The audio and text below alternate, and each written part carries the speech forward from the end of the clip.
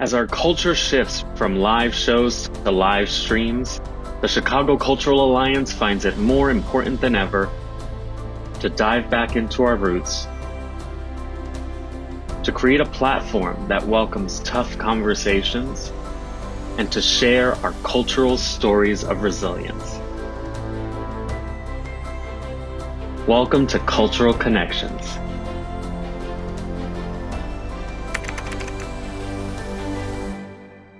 Welcome to Cultural Connections. This is a visual podcast, and we've designed this to raise voices of the Alliance members and supporters. In each of our episodes, we'll hear from different perspectives around topics related to cultural diversity and inclusion and equity. And today I'm very excited to have joining us David Farren. Welcome, David. And you're with the Gaylord and Dorothy Donnelley Foundation. Thank you for joining us today, David. I'm delighted to be here. We have our Mosaic Gala that usually happens in May, and during that we would give awards out. And we were very excited to be able to honor the Donnelley Foundation with the Cultural Investment Award. And so congratulations on receiving that award. Donnelley has been a wonderful supporter of the Chicago Cultural Alliance for many years, and we're excited to continue our partnership with you and learn more about what the future of the Donnelley Foundation is about right now. I'm sure there have been lots of changes over this time. So I would love to start off just to get to know you a little bit more, David. So you want to tell me a little bit more about your work and your background? Sure. So I've been the executive director of the foundation for about 8 years now. Mm-hmm. Time flies. Came back to Chicago after spending time in the Southeast, where I was doing work in the environmental sector, Mm-hmm. including on the coast of South Carolina. And some of that work was supported by the Gaylord and Dorothy Donnelley Foundation. So really full circle to be back in Chicago, Mm-hmm. and also for me, full circle career-wise. Mm-hmm. So I started out way back when in college studying cultural anthropology, Oh, great. and Yeah. thought I was on a path to becoming an anthropologist. Mm-hmm. So spent lots of time in museums, of course, Mm-hmm. and over time came back to the career Mm-hmm. in the law, Mm-hmm. where I spent 30 years working with communities and nonprofit groups doing public interest advocacy work. Excellent. But never lost that strong interest in the arts and culture. You were a grantee then of the Donnelley Foundation before that, so you have the full picture of what it's like to be even on the other end of receiving awards from the Donnelley Foundation. What kind of projects did you do before that with the Donnelley Foundation before actually starting as executive director? Back when I was doing the legal work, Mm-hmm. so we were working with community groups throughout the coast of South Carolina to protect some of the most important natural areas. Okay. One of my favorite cases Mm-hmm. involved working with a Gullah Geechee community who were living on the last bridgeless coastal island in South Carolina that was slated to be developed. We represented a conservation group and the community to eventually engineer a different outcome to save the community, both the cultural aspect of the community, but also the natural features on the island. That's awesome. That is really a wonderful project. You've also, so the Donnelley Foundation has actually been a longtime supporter of the Alliance, especially with our conservation and collections initiative that we work on. So our conservation and collections programs helps our core members, which are the cultural heritage centers in Chicago, with supporting their work in their collections and preservations work. And we're excited to have that program. And it is a lot thanks to the Donnelley Foundation that we're able to have a program like this. Can you talk a little bit about why collections is a focus of the Donnelley Foundation in terms of collecting organizations are usually the ones that get this support that we also receive. Sure. So this goes way back Mhm. to Gaylord and Dorothy Donnelley sitting around the kitchen table back in the early days of their philanthropy. Mhm. And as you can imagine, they were involved in many, many areas Mhm. from healthcare to education to conservation Mhm. to arts and culture. Over time, as the foundation professionalized, and it's been around now for 65 years. Okay. So for family board members, we're into our second and third generation, and we also have non-family members. Mhm.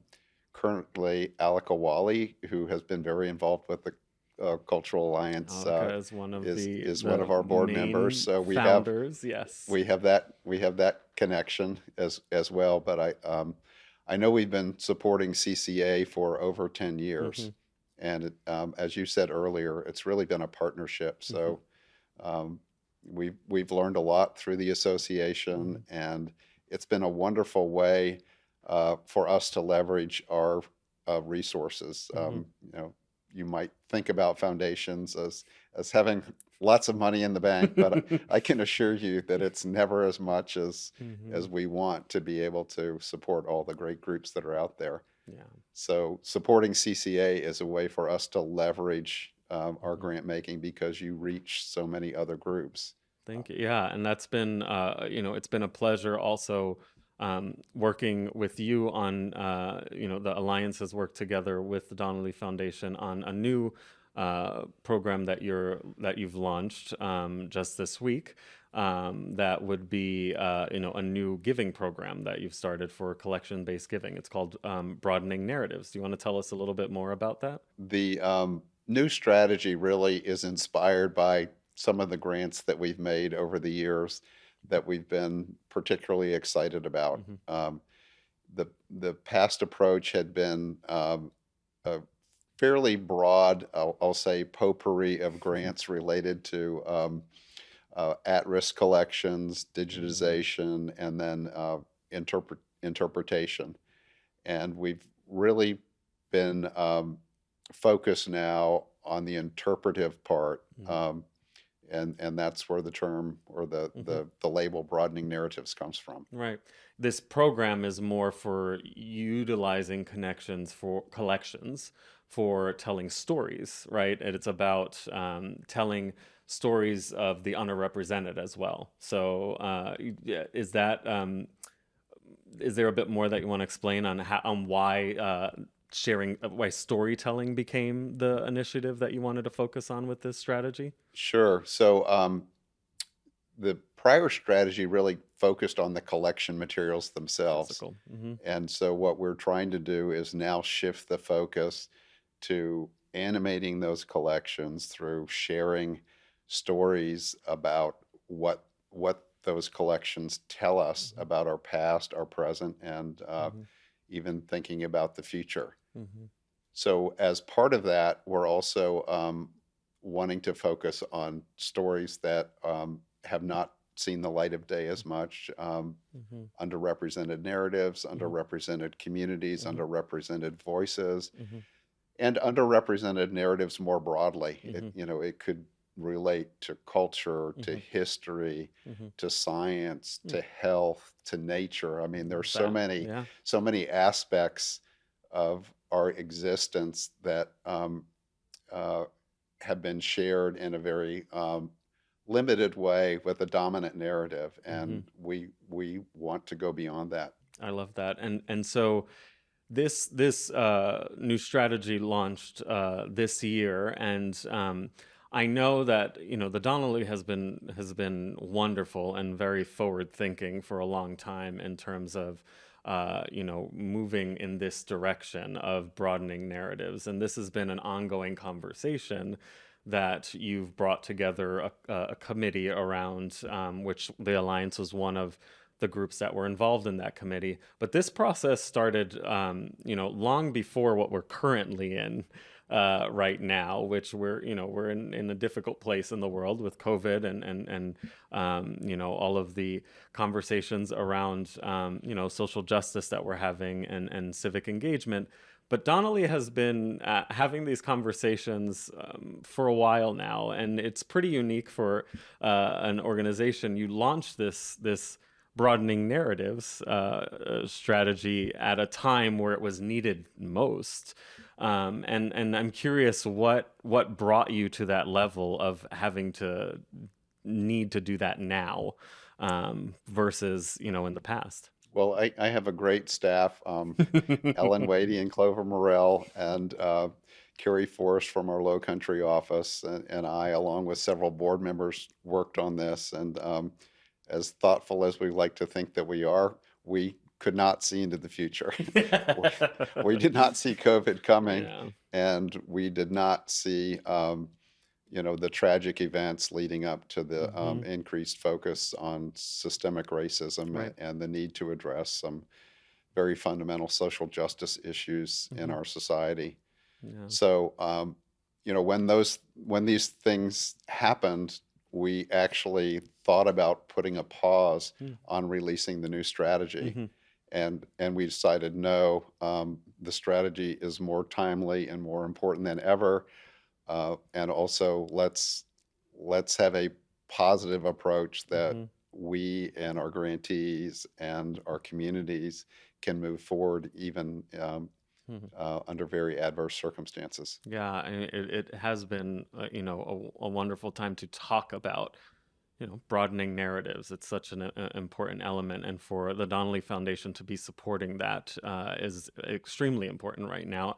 And I'm curious your perspective on how obviously the this moment, the Donnelly Foundation was thinking about this program a bit before the moment that we are now, but there are many foundations right now that are thinking about how to readjust initiatives and strategies that they've spent years planning and now have to rethink how they're giving. Mhm. I'm curious, what your thoughts are on how foundations have been shifting now, and maybe other stories of other foundations that might give ideas to what the current sector, how the current sector is changing.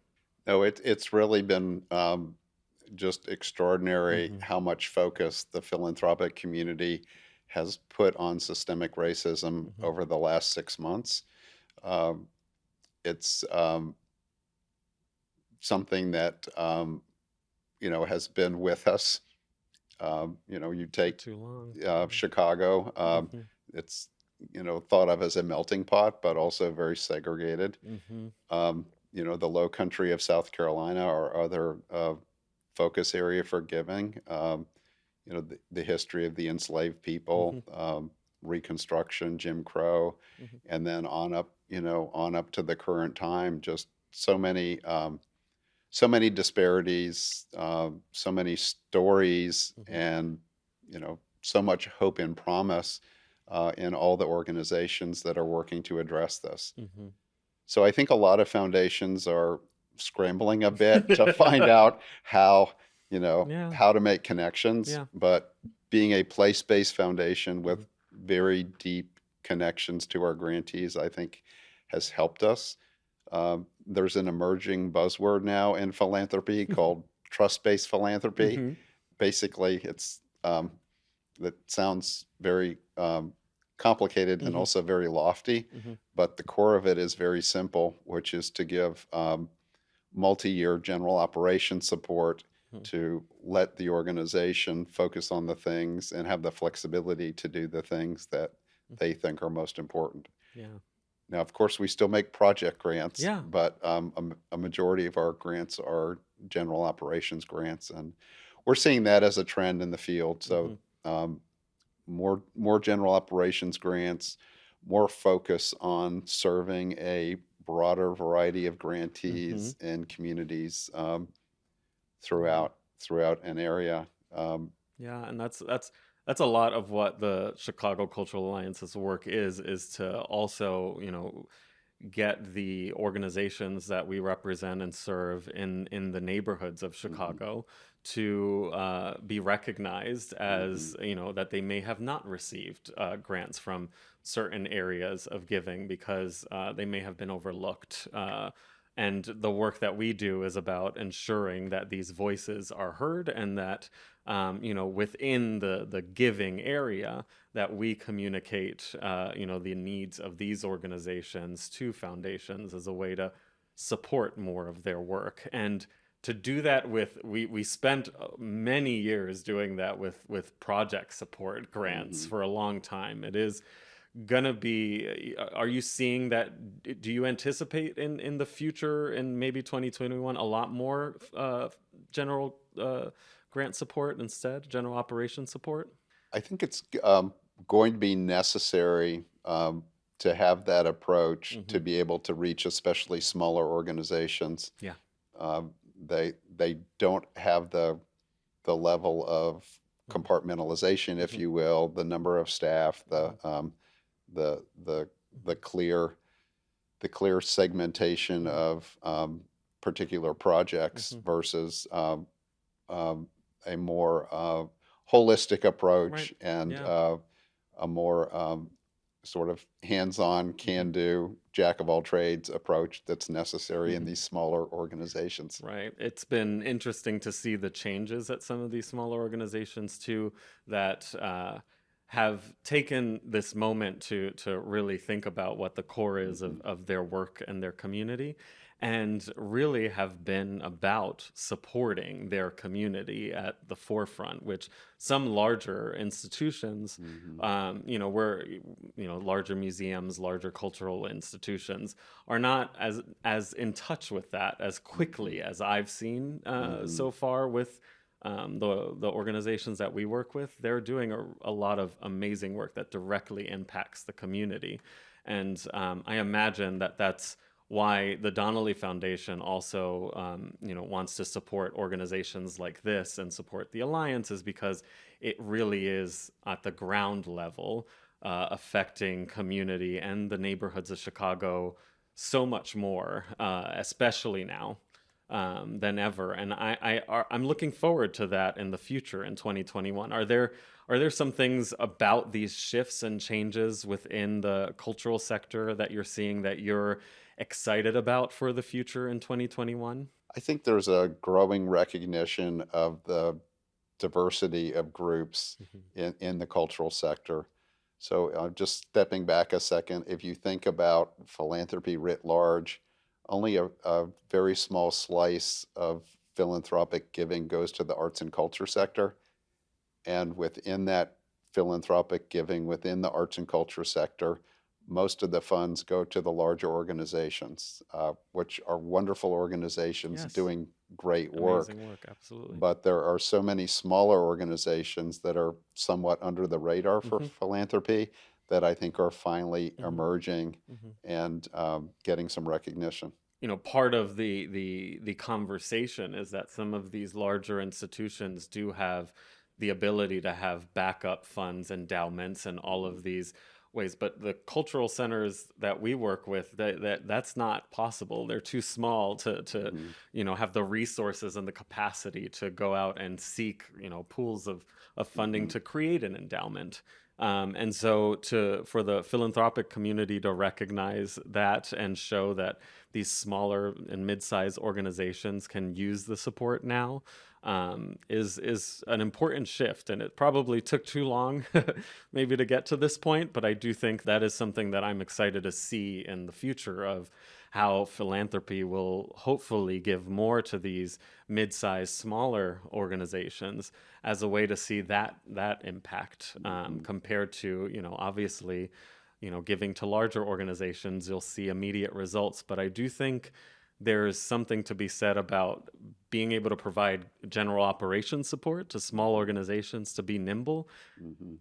They know how to handle that they've been working with this low budgets for a long time. This is nothing new for them. During COVID, we've had to cut our budget short a lot, but this is all something that they've done for a long time, of working with pretty limited budgets. So to give them that grant support is huge, and we're so excited that the Donnelley Foundation has created this broadening narratives program as a way to support more of the work and the stories of our members as well. So thank you for that wonderful support for these organizations.